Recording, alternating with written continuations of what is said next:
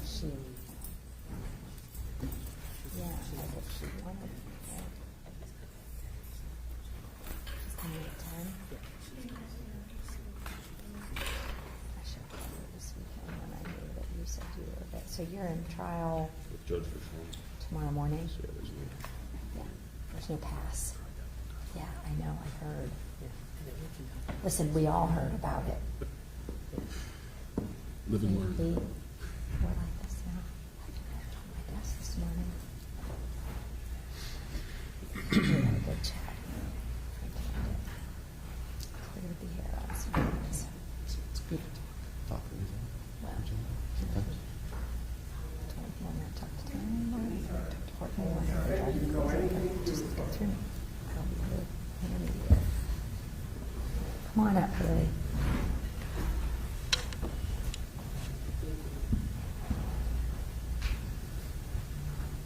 I should have called her this weekend because my only reason I'm asking is because I know it's set tomorrow and he's in trial. Judge for Oh, she wants me to do it? Mm-hmm. Oh, is that okay? Yep. Yeah, she's probably like, yeah. So here's the updated probation stipulation. And she just said Hold on. and here's the article. Okay.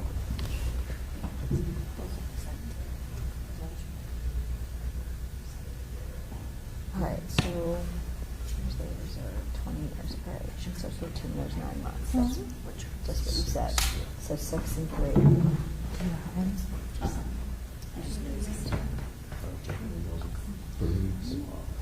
Okay.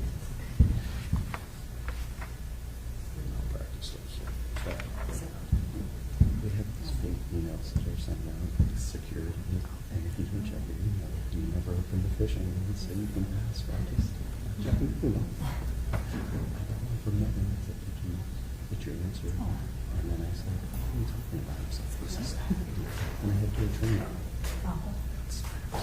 Neither nor Yeah. I know.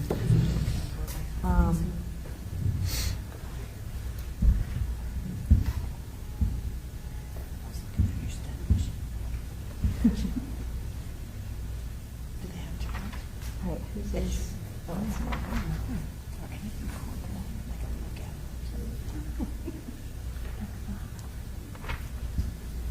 All right. Okay. Yeah.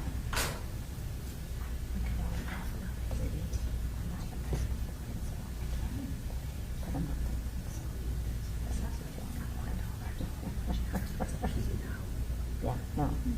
You do that. It's all good. And do you have a position? I see she's here. So. Yeah. I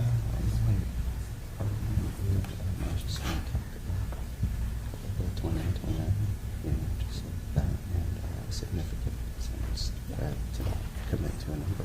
Okay, sounds good. He said we're going to be back from the beginning.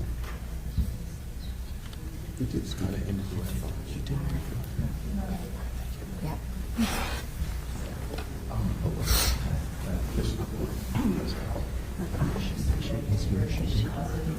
So should I ask her for her statement just so I can tell her?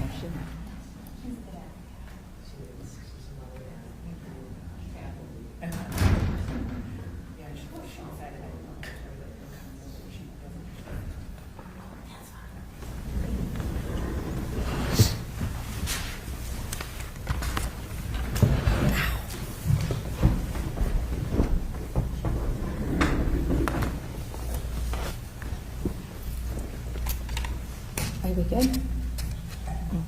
All right. We are here in case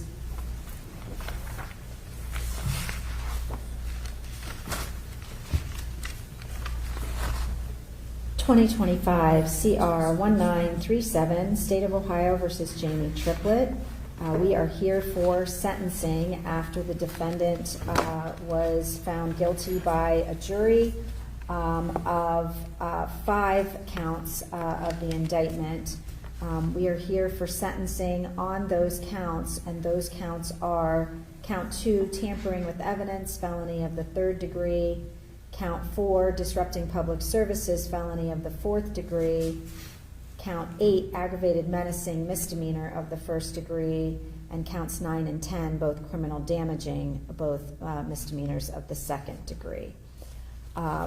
Before we proceed to, or before I proceed to sentence the defendant, I will allow anyone to present what they wish. This is the sentencing hearing. I would also note that the hearing scheduled for tomorrow before Judge Heath on the probation violation, due to Mr. Graham's schedule, I was able to contact Judge Heath and did obtain her permission to go forward with that probation violation hearing, if that is what you wish to do, Mr. Graham, and we can address that when you are ready.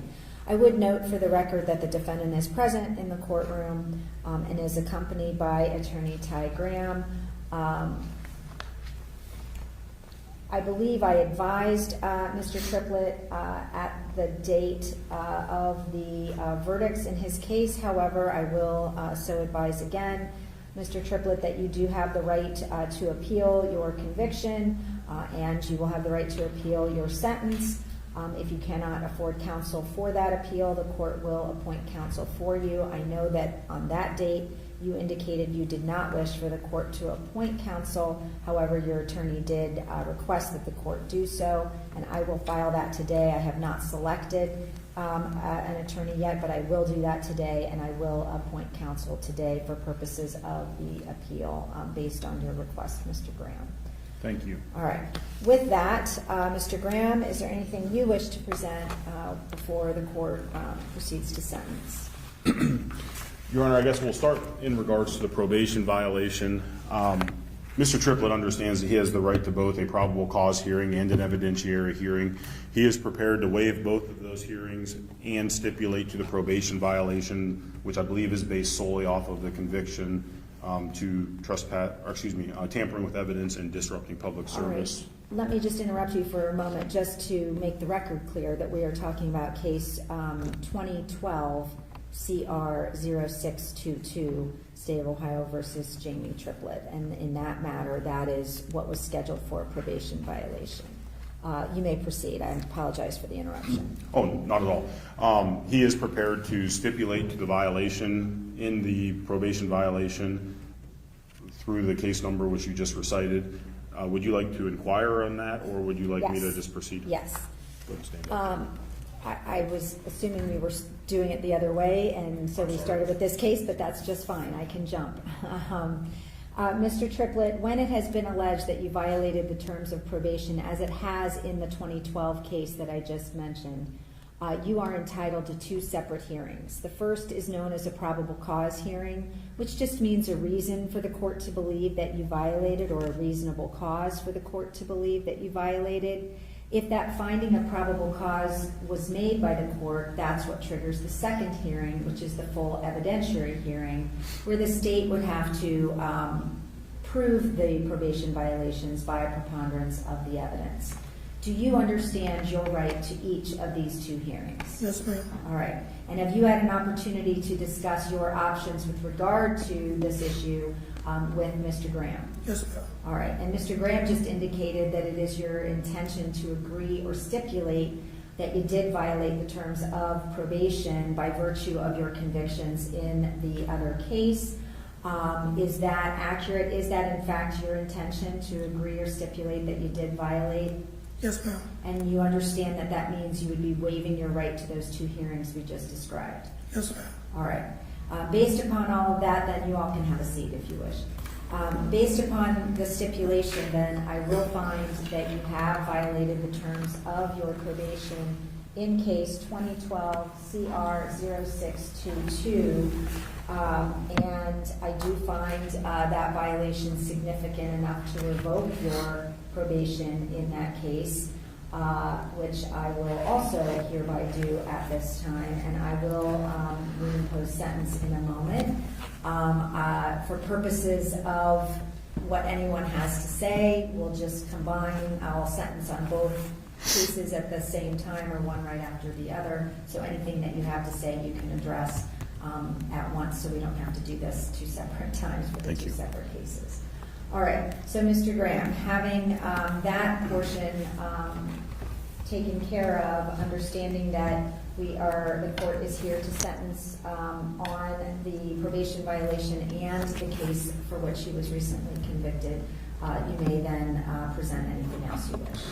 Thank you. Your Honor, we understand that the court is going to revoke Mr. Triplett on the probation violation, as is customary whenever there is a new felony conviction, when somebody has had the opportunity for judicial release. We are going to ask that the court consider running the sentence, in this case, concurrent with the revocation on the probation violation. And the basis of our request is, and I'm not going to bog this hearing down with details, as I know that Your Honor had the opportunity to sit through this trial and hear the facts of the case. But this case started out as much more than it ended up becoming at the conclusion of the case. There were allegations of kidnapping, robbery, significant violent felonies. At the conclusion of the case, the jury, I believe, correctly made the decision or came back with the verdict to guilty findings on tampering with evidence and disrupting public services, along with 3 misdemeanor counts. The basis of the convictions that Mr. Triplett stands before you for sentencing on are nonviolent felonies. They're actions that were, for the most part, taken after the fact, after the situation that he, to some degree, put himself in and to some degree found himself in. But considering that this case started with allegations of abductions, allegations of violence, allegations of robbery, and we ended with these nonviolent felonies, we're going to ask that the court run the sentence in this newest case concurrent with that of the probation violation.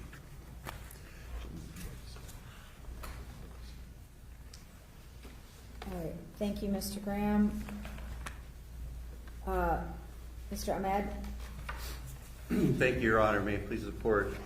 In considering this matter, I too will not rehash the testimony of the evidence that the court had an opportunity to review, nor will I rehash Mr. Triplett's significant criminal history, but for the most recent conviction in 2012, where he received a 20-year sentence, where he received the opportunity of judicial release, and while on judicial release, while under felony community control, committed the acts that we heard about and that he was found guilty of. He does have a history of criminal convictions and juvenile delinquency adjudications. He has not responded favorably to sanctions previously imposed, both in this court and juvenile court. And this pattern, I believe, warrants a significant sentence to be consecutive and not concurrent as requested. Ms. Giltz is also present today, Your Honor. If I may have a moment. You may.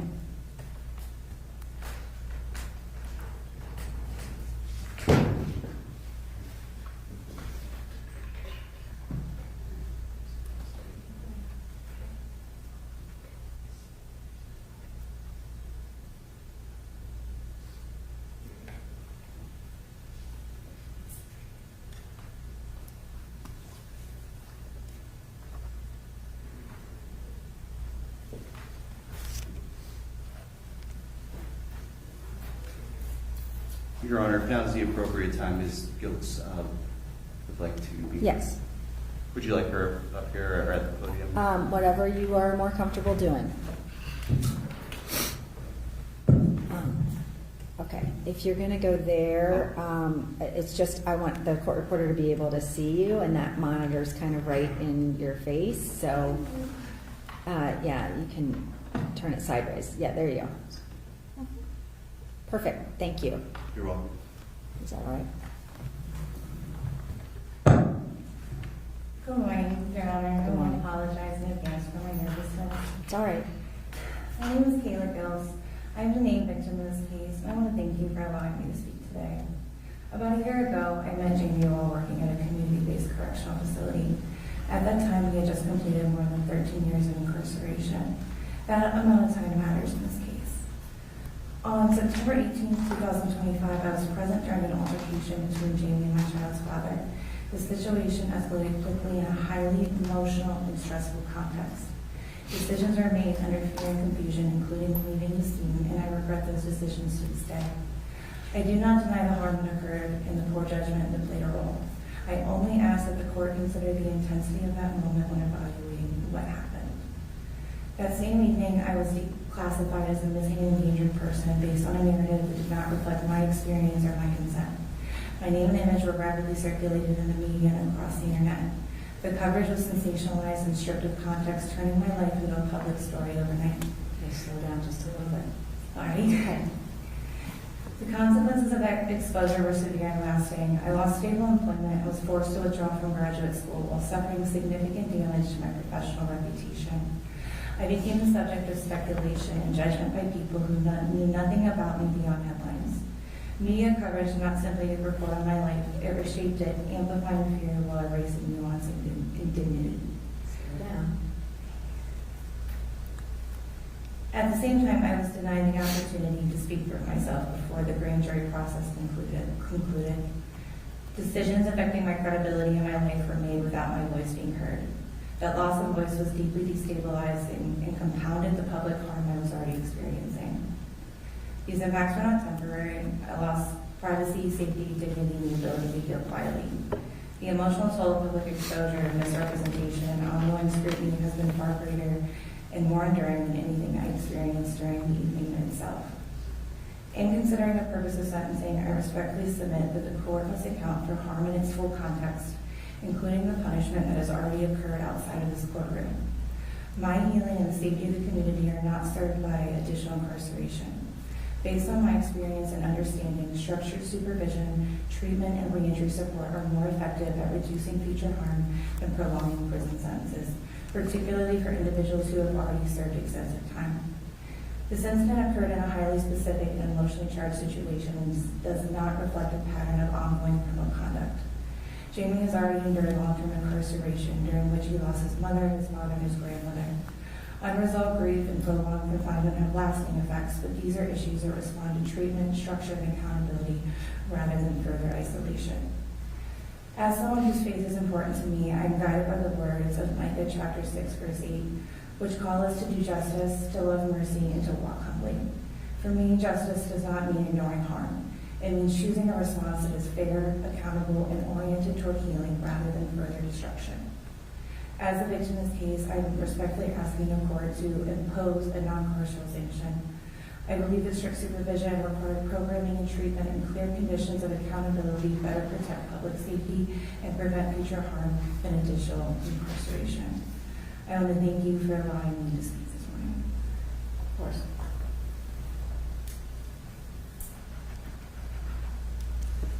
Mr. Triplett, is there anything that you wish to say before I impose sentence? No, ma'am. All right. Well, I do agree, Mr. Graham, that this did start off as much more than what was borne out. Okay, I will give you that. But it wasn't nothing. The level or the degree that manipulation plays a part in this entire scenario for you, Mr. Triplett, I think has just been completely ignored. I appreciate you coming forward and saying what you're saying, Ms. Giltz, but frankly, if you can't acknowledge that you were part of the manipulation that existed here, then you have a bigger problem than you know.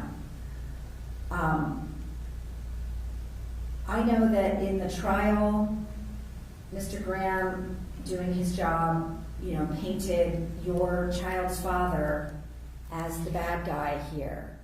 And quite frankly, after listening to the evidence, looking at those videos, listening to those calls, I think he probably acted the most rationally of anyone in this whole scenario. I will not question the sentence that was imposed previously because I wasn't at that trial. Frankly, neither were you. I wasn't at that trial. I know that my colleague imposed the sentence that she felt was warranted based on the evidence that she heard after that conviction. So I am not going to disturb that. And therefore, in that case, I will reimpose the balance of that 20-year sentence. I believe that leaves you with 6 years and a couple of months to do on that case, 2012 CR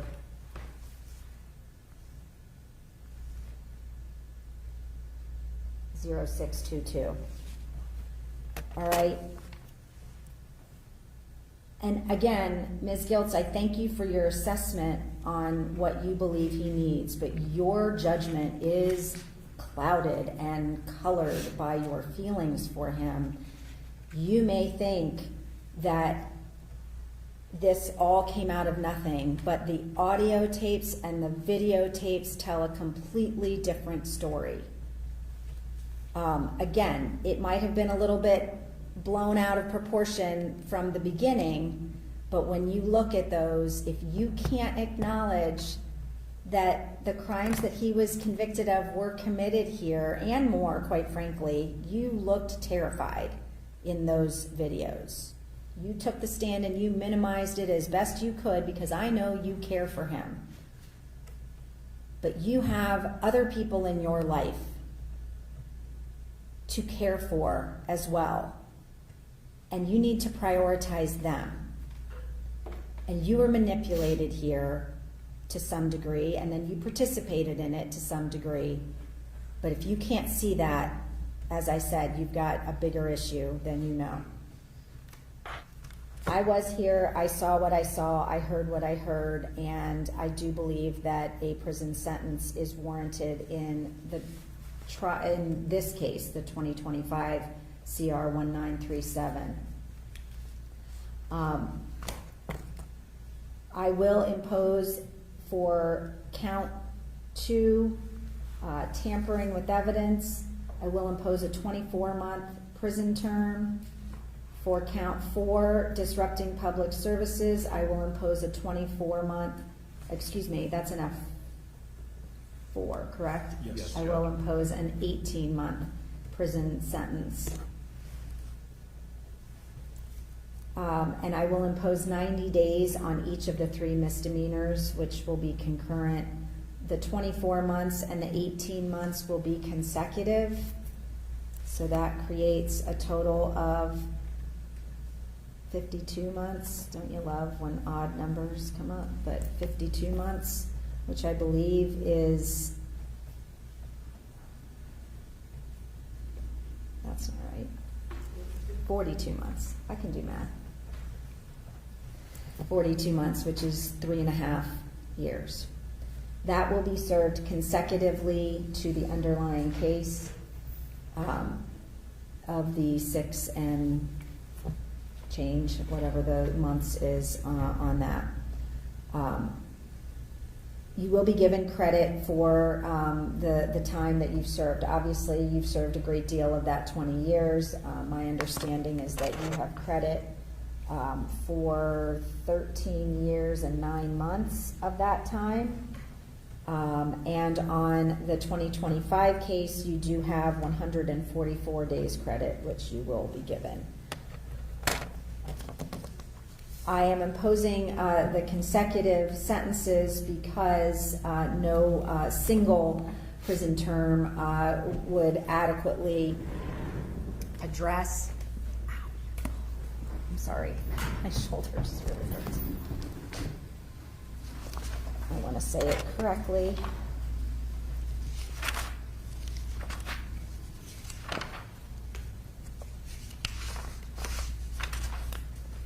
Consecutive sentences are necessary to protect the public from future crime or to punish the offender, and that consecutive sentences are not disproportionate to the seriousness of the offender's conduct and to the danger the offender poses to the public.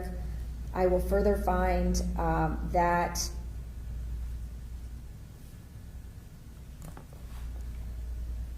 actually, all three of these conditions would apply. I will find that the offender did commit these offenses in the 2025 case while under supervision, and that at least two of these offenses were committed as part of a course of conduct, and the harm caused was so great or unusual that no single prison term adequately reflects the seriousness of the offender's conduct, as well as the fact that the offender's history of criminal conduct demonstrates that consecutive sentences are necessary to protect the public from future crime by the offender.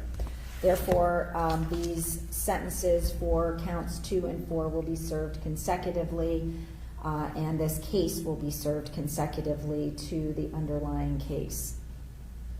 As I said, you'll be given credit for all the time that you have served to date. I will not impose any fine.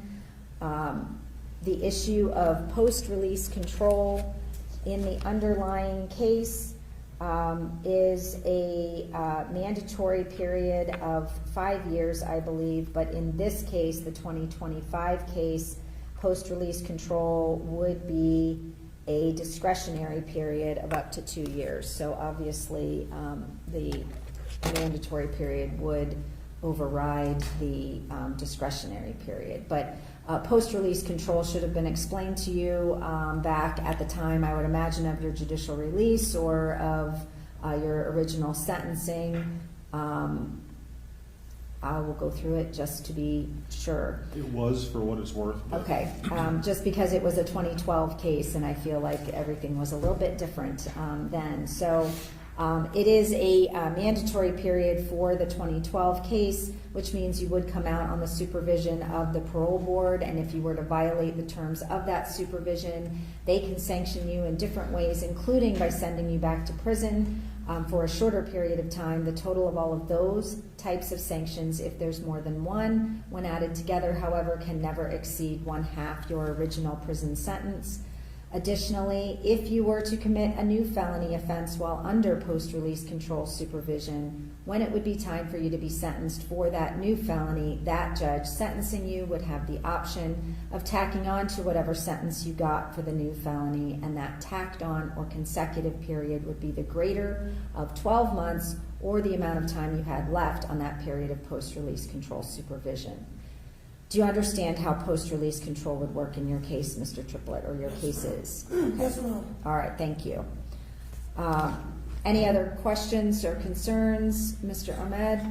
No, Your Honor, thank you. All right.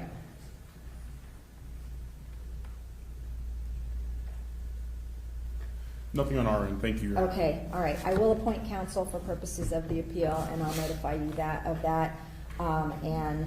The sentence for the 2012 case, as I mentioned earlier, is done on behalf of Judge Heath and with her approval and authority. All right. Anything else? If not, that'll be all. Good luck to you. Good luck to you. Thank you, Your Honor. Yeah.